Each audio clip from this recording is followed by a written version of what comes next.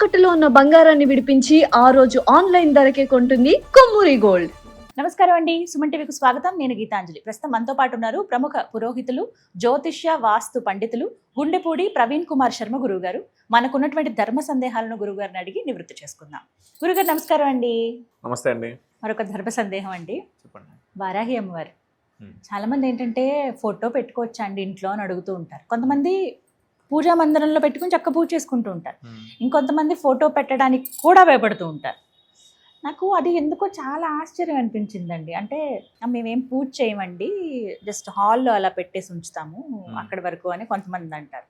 లేదంటే మేము పూజ చేస్తాం, పూజ మందిరంలో పెట్టుకుంటామని కొంతమంది అంటారు. అంటే అమ్మవారి ఫోటోలు ఇంట్లో ఉండడం ఎంతవరకు కరెక్ట్? వారాహి అమ్మవారి ఫొటోస్ ఇంట్లో పెట్టుకోవచ్చా అంటే, వరాహ పురాణంలో అమ్మవారి గురించి ప్రస్తావన చేసి ఉంది. అయితే కొన్ని చోట్ల ఉగ్రదేవతల ఫోటోలు ఇంట్లో పెట్టుకోకూడదు అని చెప్పి కూడా ఉంటుందన్నమాట. ఈ అమ్మవారు కూడా ఉగ్రదేవతకు సంబంధించిన దేవతే. ప్రత్యంగిర అమ్మవారు కావచ్చు, కాలభైరవుడు కావచ్చు, అలాగనే ఈ వారాహి అమ్మవారు కావచ్చు, ఇవన్నీ కూడా ఉగ్రదేవతలకు సంబంధించినవి. అవి పెట్టుకోవటం వల్ల పూజ సక్రమంగా చేసుకోవాలన్నమాట. అంటే విధానం తెలిసి ఉండాలి. విధానం తెలియకుండా ఇంట్లో పెట్టుకోవటం వల్ల ఎటువంటి ప్రయోజనం ఉండదు. లేదు ఉగ్రదేవతలు కాబట్టి మనం రోజు చూస్తూ ఉన్నా కానీ మనకి మంచి ఫలితాలు రావు అని చెప్పుకోవచ్చు. ఇప్పుడు లలితాదేవి ఉంది. ఆ లలితాదేవిని రోజు మనం ఏం చేసినా చేయకపోయినా ఆ ముఖం చూస్తే చాలు అన్ని శుభాలు చేకూరుతాయి అనమాట. విఘ్నేశ్వరుడు ఉన్నాడు, ఆయన ముఖాన్ని చూస్తే కూడా మంచి ఫలితాలు వస్తాయన్నమాట. ఆంజనేయ స్వామి ఉన్నాడు, ఆయన నామ మాత్రంతో బుద్ధి, బలం, యశస్సు, ఆరోగ్యం ఇవన్నీ కూడా వచ్చేస్తాయి అన్నమాట. కాబట్టి ఉగ్రదేవతల ఫోటోలు ఇంట్లో లేకపోవడమే మంచిదని చెప్తాను. ఇంకొకటి, ఒకవేళ ఉన్నాయి అనుకోండి, మీకు వారాహి అమ్మవారి పూజా విధానం పూర్తిగా తెలుసు, ఆ అమ్మవారికి ఏ నైవేద్యాలు పెట్టాలి, ఎలా మలుసుకోవాలి అమ్మవారితోటి అనుకునేది తెలిస్తే అది దేవుడి గుట్లో పెట్టుకొని పూజ చేసుకుంటూ ఉండొచ్చు. అలాగనే ఈ గోడలకి పెట్టి మనకి ఇంట్లో ఫొటోస్ ఉన్నాయి కదా అని చెప్పి ఆ గోడలకి పెట్టడం వల్ల ఎటువంటి ప్రయోజనం ఉండదు. మనం ఏదైనా వస్తువు కానీ లేదా అమ్మవారి విగ్రహాలు కానీ పటాలు కానీ ఇంట్లో తెచ్చి పెట్టుకున్నాము అంటే వాటికి జరగాల్సిన పూజలు, జరగాల్సిన క్రియలన్నీ కూడా జరుగుతూ ఉండాలి. ఒకటి చేయగలగాలి, అప్పుడు అవి పెట్టుకోవచ్చు అనమాట. అంటే ప్రతిదానికి పూజా విధానం అంటూ ఉంటుందండి? ఉంటుందండి. గురుగారు షోడశోపచార పూజ అని చెప్తూ ఉంటారు కదా, ఆ విధానం ఏంటి అసలు? ఎలా చేస్తారు, ఏ విధంగా చేయాలి, ఒక్కొక్కటి వివరంగా తెలియచేస్తారా? అమ్మవారికి కానీ దేవతకు కానీ షోడశ ఉపచారాలను ఉంటాయన్నమాట. ఆ షోడశ ఉపచారాలు కనుక తెలుసుకోగలిగితే మనకి పూజా విధానం అనేది తెలిసిపోతుంది. అయితే ఈ వారాహి అమ్మవారికి కానీ మిగతా అమ్మవార్లకి కొంచెం విధానం వేరుగా ఉంటుందన్నమాట. కాబట్టి అవి తెలుసుకొని చేసుకోవాలి. ఉగ్రదేవతలు కదా, మన దేవతల కంటే కూడా కొంచెం విభిన్నంగా ఉంటుంది. ఈ షోడశోపచార పూజ అయినా చేసుకోవచ్చు, కాకపోతే పూజా విధానం తెలిసి ఉండాలి. ఇప్పుడు గణపతి పూజ చేసుకున్నా అదే షోడశోపచార పూజ ఉంటుంది, సత్యనారాయణ స్వామి వ్రతం చేసుకున్నా అదే షోడశోపచార పూజ ఉంటుంది. అలా ఈ షోడశ ఉపచారాలు, షోడశ అంటే 16. ఇప్పుడు మనకు అర్థమయ్యే విధంగా చెప్పాలి అంటే, మన ఇంటికి కావాల్సిన అతను వస్తున్నాడు, మంచి పెద్ద వ్యక్తి వస్తున్నాడంటే మనం అందరం ఇంటి ముందుకు వెళ్ళి ఆయన రండి అని చెప్పి సాధారణంగా ఆవాహనం చేస్తాం. ఇక్కడ అమ్మవారిని కూడా స్వామివారిని కూడా అంతే ఆవాహనం చేసుకోవడం. ఆయన లోపలికి వచ్చిన వెంటనే కాళ్ళు కడుక్కోవడానికి ఇంతకుముందు పూర్వం ఇళ్ల ముందే బకెట్లు ఉండేవి. బకెట్లో నీళ్ళు ఇస్తే ఆయన కాళ్ళు కడుక్కొని, లేదా ఇంకా బాగాల్సిన మన దైవ స్వరూపులు అయితే కాళ్ళు కడిగి మన లోపలికి తీసుకొస్తాం. అలాగనే అక్కడ అమ్మవారు వచ్చిన తర్వాత కూర్చున్న తర్వాత మనం కాళ్ళు కడుగుతాం, అమ్మవారు కావచ్చు స్వామివారు కావచ్చు. తర్వాత వచ్చిన తర్వాత చేతులకు నీళ్ళు ఇవ్వడం, అలాగనే తాగడానికి నీళ్ళు ఇస్తాం. అక్కడ అమ్మవారికి కూడా అంతే, విగ్రహం ఉంటే విగ్రహం, లేదు అంటే మన భావన అనమాట. కలశం ఉంటే కలశానికి అట్లా చేతులు కడుగుతున్నట్టుగా అలా భావన. ఆయన తాగడానికి నీళ్ళు ఇస్తాం. దూర ప్రాంతం నుంచి వచ్చాడు అనుకోండి, ఆయనకి స్నానం చేయడానికి ఏర్పాట్లు చేస్తాం. ఇక్కడ అమ్మవార్లకు అభిషేకం చేస్తాం. అలాగనే ఆయన కట్టుకోవడానికి నూతన వస్త్రాలు, కొత్త బట్టలు ఇస్తాం. ఇక్కడ అమ్మవారికి విగ్రహం కనుక ఉంటే చీరలు, పట్టు చీరలు కట్టడం లేదా పట్టు పంచలు కట్టడం చేస్తూ ఉంటాం. అవి లేకపోతే అక్షతలు, పుష్పాలు వేసి అవే వస్త్రంగా భావించు అని చెప్పి అక్షతలు, పుష్పాలు వేస్తాం అనమాట. అయితే అతిథి ఇంటికి వచ్చినప్పుడు ఏది విధంగా అయితే చేస్తామో మనం ఒక కోరిక మేరకు ఆ దేవతలని ఆవాహనం పిలుచుకుంటున్నప్పుడు ఇక్కడ ఏ విధంగా అయితే చేస్తామో ఈ షోడశోపచారాలు అలాగనే ఇక్కడ అతిథికి అదే విధంగా, ఇక్కడ ఇది అదే విధంగా అనమాట. అయితే ఇక్కడ అతిథిని ఎందుకు తీసుకొచ్చాము అంటే మనకి షోడశోపచారాలు అనేది అర్థం అవటం కోసం. అయిపోయింది, స్నానం అయిపోయిన తర్వాత ఇక్కడ దేవతలకు ఏముంటుంది, మనం దేవతలకు గంధం చల్లుతాం. మనం సెంటు, పన్నీరు, అత్తలు ఎలాగో వాళ్ళకి అలాగా గంధం. అదే దాని తర్వాత అగరబత్తీలు.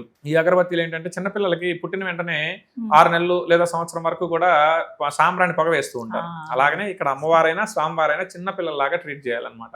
అంత సున్నితంగా మన అక్కడ ఉన్న విగ్రహాలు కావచ్చు, పటాలు కావచ్చు, అంత సున్నితంగా చూసుకోవాలి దేవతల్ని. అలాగనే ఈయనకి ఏదైనా ఇంకా మాట్లాడుతూ ఉండటం ఇక్కడ ఇది అతిథికి. దాని తర్వాత పసుపు కుంకుమ చల్లుతాం అమ్మవార్ల మీద. మనం ఎలాగైతే పసుపు కాళ్ళకు ధరించి, ఆడవారు కాళ్ళకు పసుపు ధరించి బొట్టు పెట్టుకొని, విభూది అయితే మగవారు, అలా ఎలా అయితే చేస్తామో దేవతలకు కూడా అలాగే. తర్వాత అష్టోత్తరం ఉంటుంది. అష్టోత్తరం అంటే ఏం లేదు, పొగడటమే దేవతల్ని. సుముఖాయ నమః, సుముఖం అంటే మంచి ముఖం కలవాడా నీకు నమస్కారం. ఏకదంతాయ నమః, ఒక దంతం కలవాడా నీకు నమస్కారం.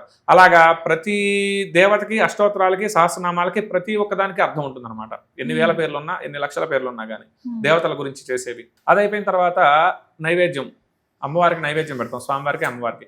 ఇక్కడ అతిథికి ఇవి అన్ని సరిగ్గా చేశాడా లేదా చూడు. చివరిలో భోజనం పెడితే భోజనం బాగా తృప్తిగా పెట్టారనుకుంటాడు. అలాగనే అమ్మవారికి కానీ స్వామివారికి కానీ అత్యంత భక్తి శ్రద్ధలతో నైవేద్యం పెట్టాలి. అంటే ఇవన్నీ భక్తి లేకుండా అని కాదు, అక్కడ పెట్టేది ఎట్లా ఉండాలి అంటే, సరే పరమాన్నం పెడుతున్నామా, మనం తినగలిగే టెంపరేచర్ ఎంతైతే ఉంటుందో, మన ఉష్ణోగ్రత ఎంతైతే ఉంటుందో అదే విధంగా పెట్టాలి. కొంతమంది ఉంటారు పొయ్యి మీద తీసుకొచ్చి అక్కడే పెట్టేస్తారు, పొగలు వస్తూ ఉంటాయి అనమాట. అటువంటివి పెట్టడం కానీ, అలాగనే ఫ్రిడ్జ్ లో ఉంటాయి గడ్డగట్టి ఉంటాయి మంచుతోటి, అటువంటివి పెట్టడం కానీ చేయకూడదు. మనం ఎలాగైతే తినగలుగుతామో అలాగా వాళ్ళకి పెట్టాలన్నమాట. అలాగనే కొంతమంది కొబ్బరికాయ కొట్టి దాన్ని బొట్టు పెడుతూ ఉంటారు. మనం పసుపు కుంకుమ చల్లుకొని కొబ్బరి చిప్పలు తినలేం కదా, కొబ్బరి ముక్కలు. అలాగనే దేవతలకి మనం ఏ విధంగా అయితే తినగలుగుతామో అలాగే వారికి దేవతలకి పెట్టాలి.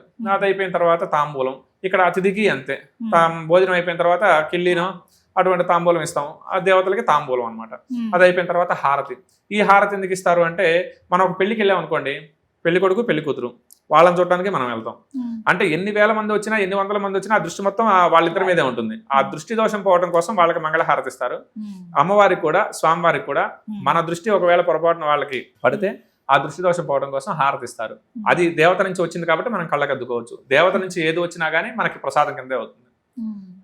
అట్లాగా ఈ షోడశోపచారాలని తెలుసుకుంటే, పూజ చేసుకునే విధానం కనుక తెలిస్తే ఏ దేవత ఫోటో అయినా పెట్టుకోవచ్చు. కాకపోతే మనం ఏ దేవత ఫోటో పెట్టుకుంటున్నాం, ఎందుకు పెట్టుకుంటున్నాం, వాళ్ళ వల్ల మనకి ఏ లబ్ధి పొందగలుగుతున్నాం, మనం ఏ విధంగా పూజ చేయగలుగుతున్నాం అనేది తెలుసుకొని పెట్టుకోవడం మంచిది. అంటే పూజ చేయగలము అని అనుకున్నప్పుడు సమయం కూడా వెచ్చించాలి.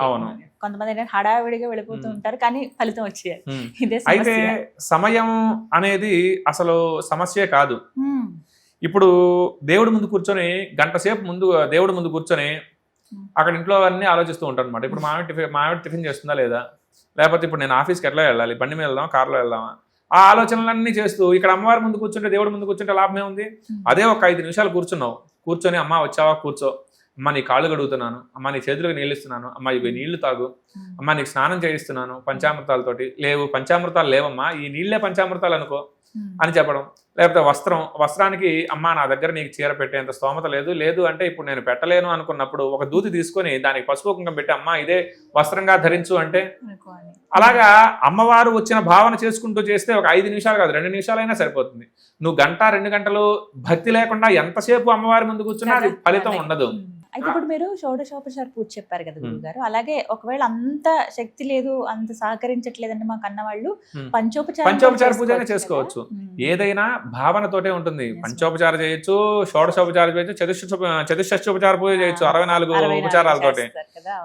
అయితే మనం ఏది చేసినా గానీ అక్కడ భావన అనేది ఉండాలి. అక్కడ అమ్మవారు వచ్చి కూర్చుంది, ఆమెకి నేను గంధం ఇస్తున్నాను, ధూపం ఇస్తున్నాను, దీపం ఇస్తున్నాను, నైవేద్యం పెడుతున్నాను, నేను పెట్టిన నైవేద్యం ఆమె తిన్నది, ఆ ప్రసాదాన్ని నేను తింటున్నాననే భావన ఉండాలి.